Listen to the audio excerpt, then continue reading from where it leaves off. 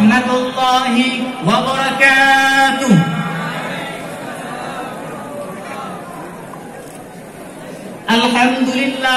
Alhamdulillahilladzi faddala bani Adam bil ilmi wal amal ala jami'il alam.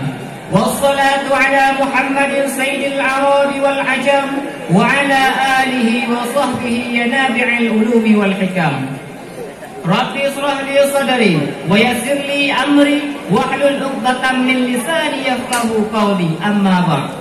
Buat langkah yang pertama dan yang paling utama, tiada kata yang paling indah yang keluar daripada lisan manusia terkecuali kata-kata memuja dan memuji Allah Subhanahu wa taala, yang mana oleh Allah yang masih memberi kepada kita kesempatan sehat badan sehingga kita masih dapat berkumpul dan bernaung di daerah yang kita cintai ini.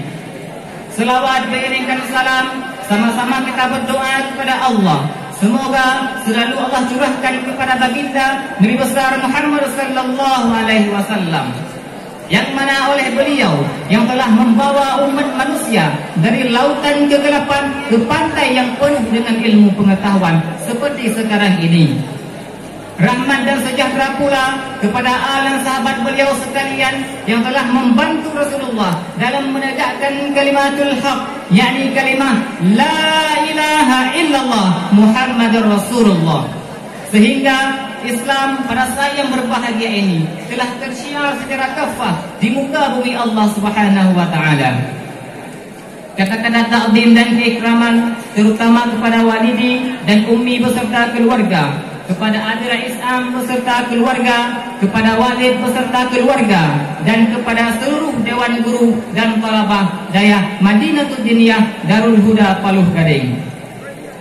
Sesuai dengan status kita saat ini sebagai talabah, maka Al-Fakir akan mencoba membawa sebuah syarahan yang berjudul perkara penting yang harus kita miliki dalam menuntut ilmu dan fungsi ilmu dalam kehidupan. Berhubungan dengan perkara penting tersebut, Sayyidina Ali karamallahu wajhah pernah berkata di dalam kitab karangan daripada Imam Az-Zarnuji, "Ala la tunalul ilma illa bisittatin, sa'umbiuka an majmu'iha bi bayanin, zakain wa hirshin wa istibarin wa bulghatin wa irsyadi ustadin wa tuli zamanin." Ingat, kamu tidak akan mendapatkan ilmu kecuali dengan 6 perkara. Akan aku kabarkan kepadamu semuanya dengan jelas. Yang pertama, kecerdasan. Dalam hal ini, ulama membagi kecerdasan menjadi 2 pembahagian. Yang pertama, muhimmatun minallah, yaitu kecerdasan yang semata-mata kita dapatkan daripada Allah. Misalnya, orang-orang yang semenjak dari lahir sudah memiliki IQ yang tinggi dan hafalan yang kuat.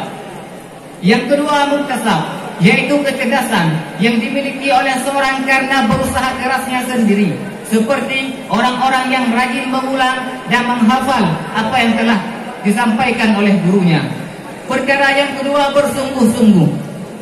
Sebagaimana pepatah mengatakan, man jadda wajada, barang siapa yang bersungguh-sungguh maka ia akan mendapatkan kesuksesan. Begitu pula halnya dalam menuntut ilmu. Yang ketiga, kesabaran. Hidup ini merupakan ujian. Pasti Allah akan menguji kesabaran kita. Bila kita lolos mampu menghadapi ujian tersebut, maka Allah akan menaikkan derajat kita lebih tinggi dari sebelumnya. Yang keempat, biaya. Dalam menuntut ilmu, kita sangat membutuhkan yang namanya biaya. Alhamdulillah, dikarenakan kita yang masih berada di daerah yang kita cintai ini, masih Allah berikan rezeki kepada orang tua kita, sehingga beliau masih mampu membiayai kita, maka pergunakanlah kesempatan ini dengan sebaik mungkin. Yang kelima, bimbingan seorang guru. Salah satu hal yang paling penting dalam menuntut ilmu adalah bimbingan daripada seorang guru. Terlebih, ilmu yang kita tuntut itu yang bersifat ukhrawi. Dikarenakan begitu pentingnya bimbingan seorang guru, maka hendaknya kita harus menghormati dan memuliakan seorang guru. Hal ini semata-mata kita lakukan hanya untuk mendapatkan ridhanya seorang guru. Yang keenam, panjang masa.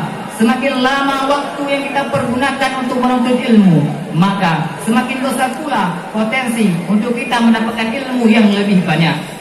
Karena kesuksesan yang kita dapatkan sesuai dengan kepayahan yang telah kita lalui. Apabila 6 perkara ini telah kita miliki, maka dengan mudah kita akan berhasil mendapatkan ilmu yang sedang kita tuntut. Kaum muslimin yang dirahmati oleh Allah, 14 abad yang lalu, sebelum orang-orang barat pernah berkata long life education, belajar sepanjang hidup, Rasulullah telah terlebih dahulu memberitahu kepada kita, utlubul ilma minal mahdi ilal lahdi, tuntutlah ilmu mulai daripada ayunan hingga kepada liang lahat. Artinya apa?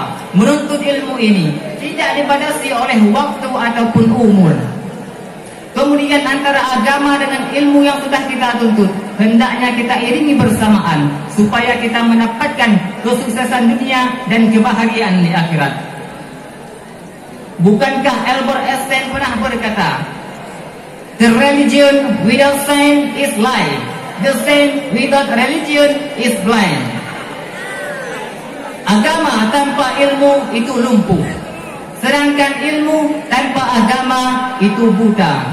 Maka mengapa hari ini Turki bisa menjadi sebuah negara yang maju dan kuat, bahkan dia hampir menandingi negara-negara adidaya seperti Amerika Serikat? Kuncinya ialah mereka selain belajar membaca dan menulis, mereka juga melakukan penelitian ataupun riset yang sesuai dengan apa yang telah mereka pelajari dalam Al-Quran dan hadis. Tetapi kita hari ini cuma belajar membaca dan menulis, tetapi tidak pernah kita aplikasikan apa yang telah kita pelajari dalam kehidupan sehari-hari.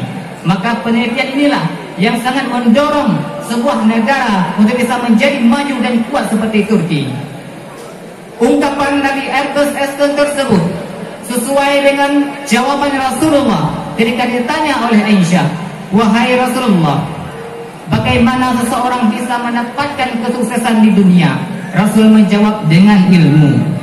Kemudian bagaimana seorang bisa mendapatkan kebahagiaan di akhirat? Juga dengan ilmu. Maka perkara penting yang diwarisi oleh Rasul kepada kita adalah ilmu, bukan harta. Karena bila kita sudah memiliki ilmu, harta, pangkat ataupun jabatan akan mengikuti kita. Sebagaimana firman Allah dalam Al-Quran, yarfa'illahu alladhina amanu minkum walladhina utul ilma darajat. Allah akan mengangkat derajat orang-orang yang beriman dan orang-orang yang berilmu. Di saat kita sudah tinggi dari si Allah, di saat itu pula kita akan terlihat mulia di hadapan makhluknya Allah. Kemudian inilah yang kita dapatkan adakala karena kita memiliki harta yang banyak, ataupun pangkat yang tinggi, atau bahkan jabatan yang hebat. Kemudian dengan ilmu juga kita akan berbeda dengan orang-orang yang tidak memiliki ilmu. Sebagaimana firman Allah dalam Al-Quran, hal yastawil ladina la ya'lamun, hal yastawil ladina ya'lamuna wal ladina la ya'lamun. Tidak akan pernah sama orang-orang yang berilmu dengan orang-orang yang tidak berilmu. Di mana segala perbuatan yang kita lakukan ini akan bernilai ibadah di sisi Allah Subhanahu wa taala. Tetapi ibadah yang dilakukan oleh orang-orang yang tidak memiliki ilmu ini akan menjadi penyebab dia masuknya ke dalam neraka Allah. Nauzubillah. Misalkan sepotong besi diolah oleh orang biasa saja, mungkin besi itu hanya bisa menjadi parang ataupun cangkul. Tetapi apabila sepotong besi diolah oleh orang yang memiliki ilmu yang tinggi, maka dari besi tersebut bisa menjadi motor ataupun mobil, bahkan helikopter sekalipun yang lebih tinggi. Adapun kesimpulan yang dapat kita ambil, yang pertama, bila kita ingin sukses mendapatkan ilmu yang sedang kita tuntut, hendaknya kita harus memiliki 6 perkara. Yang pertama kecerdasan, yang kedua bersungguh-sungguh, yang ketiga kesabaran, yang keempat biaya, yang kelima bimbingan seorang guru, dan yang terakhir adalah panjang masa.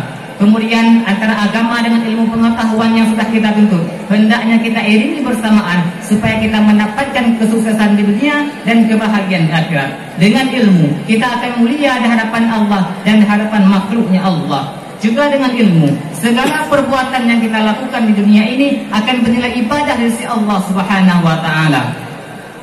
Kemudian yang terakhir, marilah kita pergunakan kesempatan waktu yang masih diberi oleh Allah Subhanahu wa taala kepada kita untuk menuntut ilmu-ilmunya Allah Subhanahu wa taala. sebelum ilmu itu diangkat dari dunia ini yang fana.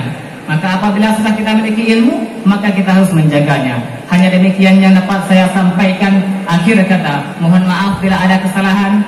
Billahi taufiq wal hidayah. Assalamualaikum warahmatullahi wabarakatuh.